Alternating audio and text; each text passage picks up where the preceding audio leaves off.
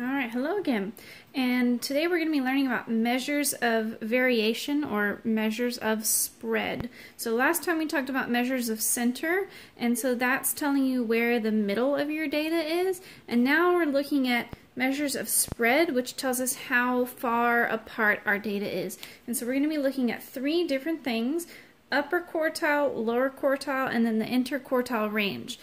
And it builds on what we did in our last video, so make sure that you understand from the previous video median and range. Those are the two things that we're bringing into this video, is median and range, so make sure you understand that.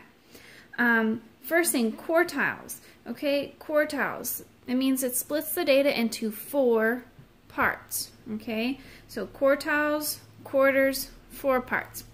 First thing we're going to learn about is the upper quartile. So this should already be cut out like this. You've got your 3 flaps, and this should be glued into your notebook. So first thing we're going to talk about is the upper quartile. So flip this up here. Upper quartile. It is the median of the upper half of the data. Okay, so whenever we are looking at a data set, the first thing we find is the median, or one of the first things we find is our median, and so then that splits our data into 2. So now the upper quartile looks at the upper half of the data and it finds the median of that part. It's also called the upper quartile. You'll see it titled the upper quartile, or also Q3, because it would be the 3rd quartile, okay, the 3rd section of data. And an important thing you need to know is that 25% of your data is above Q3, which is our upper quartile. So it splits the data into 4 parts, and this is our 4th part. So 25% of the data is above it. So that's the upper quartile. Alright, the next part we have is the lower quartile. So we'll take a few notes on that. Lower quartile. So the lower quartile is the median of the lower half of the data. So the median of the lower half of the data. So again, our median splits it in half, and then our lower quartile is the lower median of the lower half. It can also be called the lower quarter. Okay. I made a mistake over here. I realized we called it the upper quartile. It can be called the upper quarter. I'm sorry. Okay, upper quarter. So you can change that there. So the lower quarter of your data, it's also called Q1. Okay, Q1. And so this one, one thing that we need to note is that 25% of your data is below Q1, or the lower quartile. Okay, so the lower quartile, 25% of your data is below it. And then here we have interquartile range. So inter means between quartiles, so that's your upper and your lower quartiles, and then range, we know that's high minus the low. How far apart are they? So it is called, you can also see it as IQR, okay, the abbreviations, IQR, and it is the difference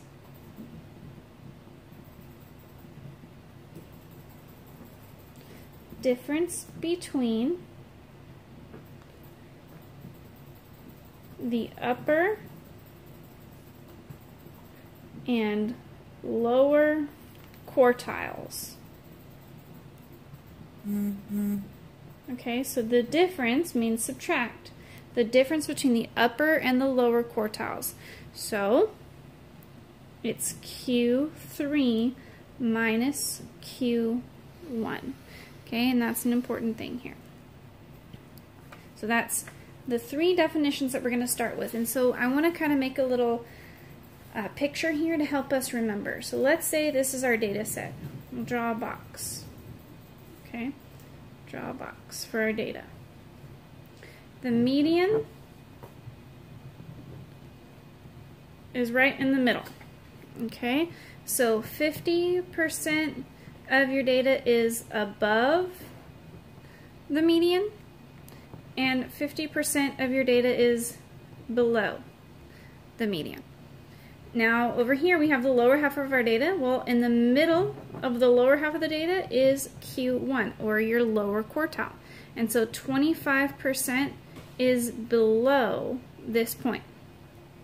Over here, Q3, that's your upper quartile.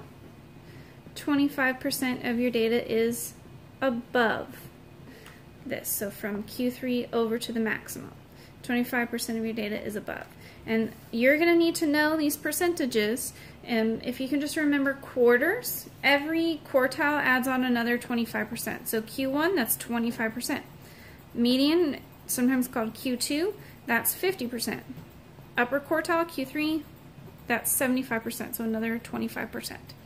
Okay, so we'll use these definitions, and we're going to go on ahead and we'll do an example problem. So you're going to go to the next page over in your notebook, and we'll do some examples.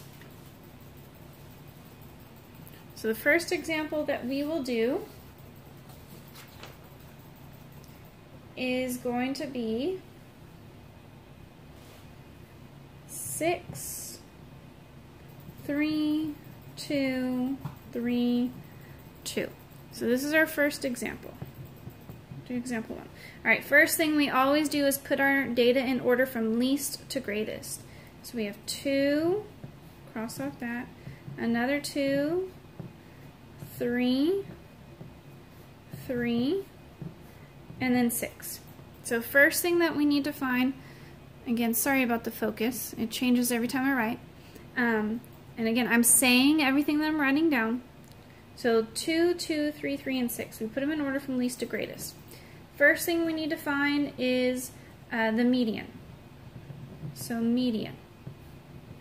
Remember, your median is your middle number. So we go over, start from the ends, work to the middle. We have one number exactly in the middle. So that's 3. Our median is 3. Okay, now since we have only one number in the middle, we're not going to use this number to help us find Q1 or Q3. So for Q1, we're only looking from here over. Q3, only looking from there over. It's like the median is kind of taken out. So now we have two numbers here on our lower end. So we're looking for Q1. Well, the only two numbers we have, well, let's find what's in the middle. So I draw a line in the middle of them. 2 plus 2 is 4. Divide by 2, you get 2. And think about it. Is anything going to be between 2 and 2? No, only 2. So Q1 is 2. Now we're going to go up here. We have 3 and 6. We have two numbers, so we have to, again, find their average. So add 3 and 6. So 6 plus 3, that's 9. And then we have to divide by 2 because we added two numbers together. So we get 4. Okay, 9 minus 8 is 1. And 2 goes into 10 5 times. So our Q3 is 4.5. Okay, so the first thing we found out was the median. And since it was only one number in the middle, we kind of pretended like it wasn't there. And then we went and we looked at the bottom half of the data, and we found the median there. And that was Q1, which was 2. And then we found the median of the upper half of the data, which was 4.5, and so that's Q3. Now we need to calculate the IQR. And remember, that's Q3 minus Q1. So Q3 was 4.5, and Q1 was 2. So 4.5 minus 2 is going to be 2.5. So that's your IQR. And so those are the three things that you need to be able to calculate in addition to mean, median, mode, range. Okay? Next example.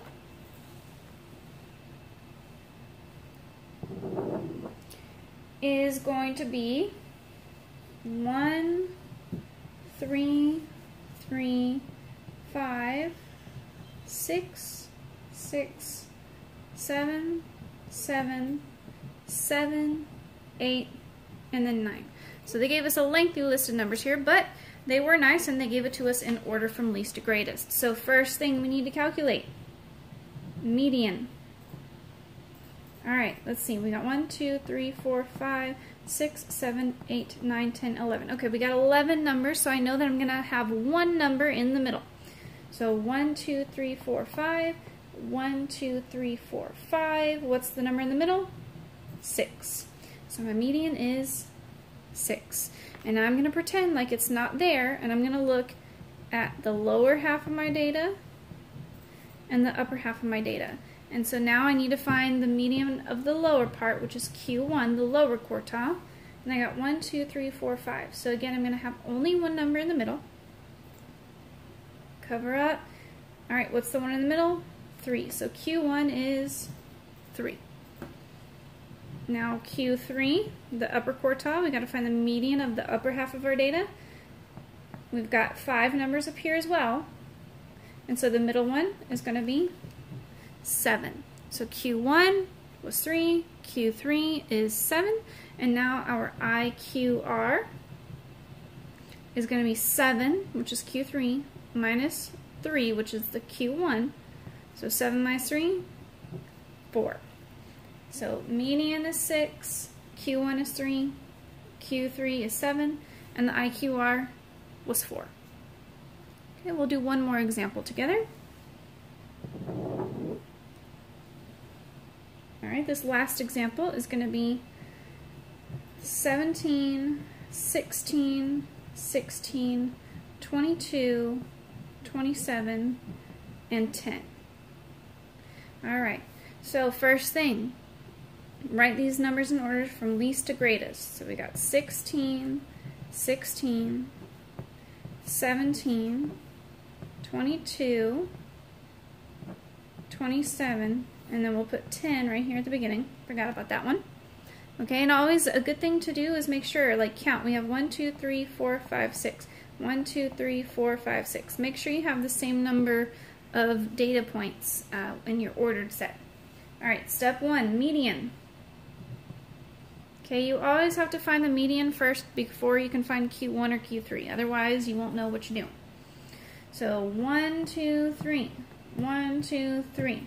Looks like I got 2 numbers in the middle. 16 and 17. So I'm going to draw a line between them. When you have 2 numbers in the middle, separate your data set in half. Draw a line there. And now we're going to figure out what is between 16 and 17. So take 16 and 17 and add them together. 6 plus 7, that's 13. We got 3, so we got 33. Divide by 2. 2 goes into 3 one time. 2 goes into 13 6 times. That's 12. We have 1. 2 goes into 10 5 times. So our median is 16.5. Okay, so again, notice how I drew a line and then I wrote the median there, but I also wrote median equals 16.5. Now Q1. Okay, Q1 and Q3 are going to be easier to calculate this time because when your median is between 2 numbers, it's like those 2 numbers get separated, one to the lower and one to the upper. So we're looking at these 3 numbers for Q1 and these 3 numbers for Q3.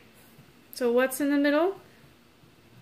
16, because you got 10 and the 16 and 16, and one in the middle is 16. So Q1 is 16.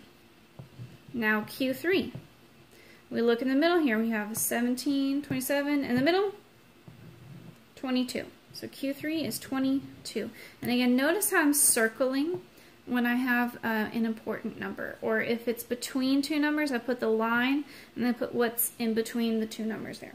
And now the last thing we calculate is our IQR. So IQR, we got 22 minus 16, and that's going to be 6. So median was 16.5, Q1 was 16, Q3 is 22, IQR is 6. And I'm going to give you guys one to try on your own, because with these data problems, it's really about trying it on your own to make sure you really understand it. So the one I want you to do on your own is going to be 5, 6, 8, 9, 10, 13, 7, 9, 5, 13, and 6. Yes. So 5, 6, 8, 9, 10, 13, 7, 9, 5, 13, and 6. And so I want you guys to find for me the median, Q1, Q3, and the IQR. And if you're showing your work exactly as I've been showing you in all these examples, it'll be very easy, very straightforward for you. All right, so get that done and we'll check it in class. See you later. Bye.